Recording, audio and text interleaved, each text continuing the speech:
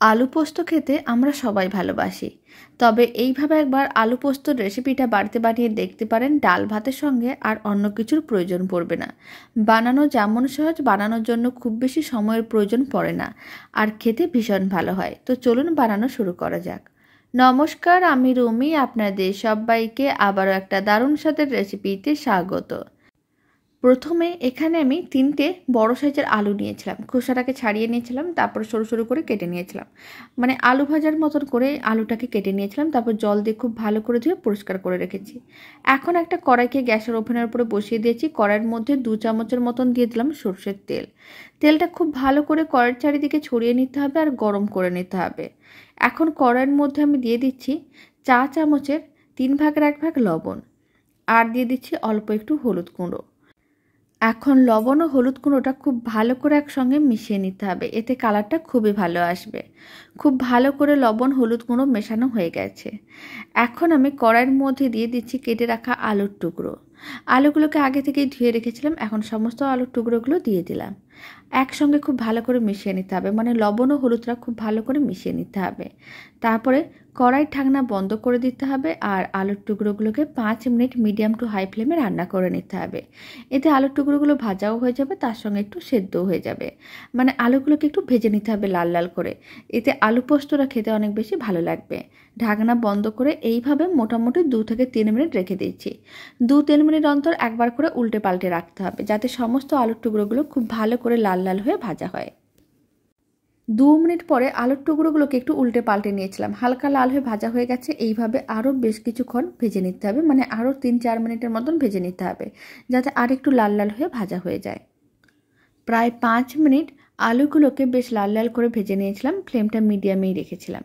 Medium ফ্লেমে আলুগুলোকে ভেজে নিয়েছিলাম। এতে একটু বেশ লাল লাল হয়ে ভাজাও হয়ে গেছে, তার সঙ্গে হালকা সেদ্ধ হয়ে গেছে। এতে আলু পোস্তটা খেতে ভালো লাগবে।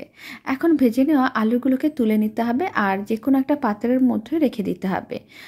আর কড়াইয়ের মধ্যে আবারও অল্প একটু তেল দিয়ে দিচ্ছি। তেলটা আপনারা কম বেশি করতে পারেন। তেলের মধ্যে দিয়ে দিচ্ছি বেশ কিছুটা পরিমাণ কুচনো পেঁয়াজ। এখানে আমি 3টে মিডিয়াম সাইজের পেঁয়াজ নিয়েছিলাম, আর সরু সরু করে কেটে নিয়েছিলাম। কুচনো পেঁয়াজটা দিয়ে দিলাম। কুচনো পেঁয়াজগুলোকে একটু নাড়াচাড়া করে হালকা লাল করে ভেজে নিতে হবে। পেঁয়াজগুলো এদিকে ভাজা হচ্ছে, আর ওইদিকে আমি পোস্ত বাটাটা রেডি করে নেব।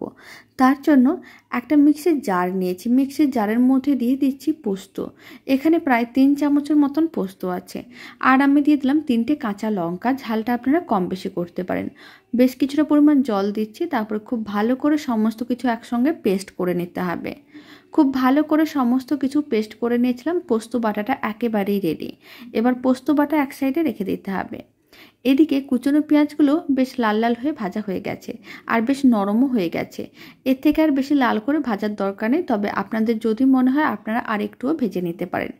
এখন ভাজা পেঁয়াজের মধ্যে আমি দিয়ে দিচ্ছি ভেজে রাখা আলুর টুকরো। এখন আলুর টুকরোগুলো কুচনো পেঁয়াজের সঙ্গে খুব ভালো করে একসঙ্গে মিশিয়ে নিতে হবে। রেসিপিটা বানানো যেমন সহজ, খেতেও ভীষণ ভালো হয়। গরম ডাল ভাতের সঙ্গে এরকমই আলু পোস্ত থাকলে আর অন্য কিছুর প্রয়োজনও পড়বে না। সমস্ত কিছু ভালো করে মিশিয়ে নেওয়ার পরে এখন আমি এর মধ্যে দিয়ে দিচ্ছি পোস্ত বাটা।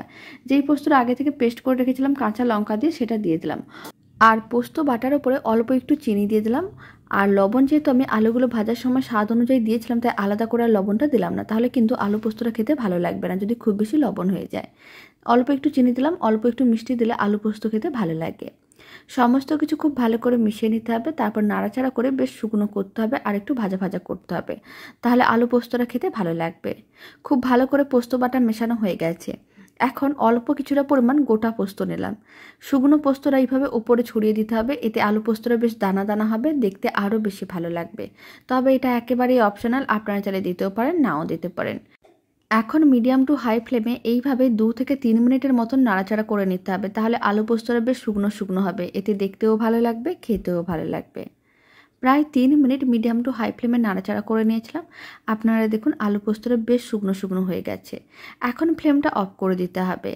দারুণ স্বাদের আলু পোস্ত একেবারে রেডি। আর একটা প্লেটের মধ্যে সার্ভ করে নেব। রেসিপিটা শেষ পর্যন্ত দেখার জন্য আপনাদের অসংখ্য ধন্যবাদ। ভালো লেগে থাকলে আপনারা যদি ফেসবুক থেকে রেসিপিটা দেখছেন, পেজটিকে ফলো করে নেওয়ার অনুরোধ রইল। ইউটিউব থেকে দেখলে চ্যানেলটি সাবস্ক্রাইব করে নেওয়ার অনুরোধ রইল। পাশে থাকা বেল আইকনটি প্রেস করে নেবেন নতুন রেসিপির আপডেট সবার আগে পাওয়ার জন্য। বাড়িতে বানালে কমেন্ট বক্সে জানাতে একেবারেই ভুলবেন না খেয়ে আপনাদের কেমন লাগলো।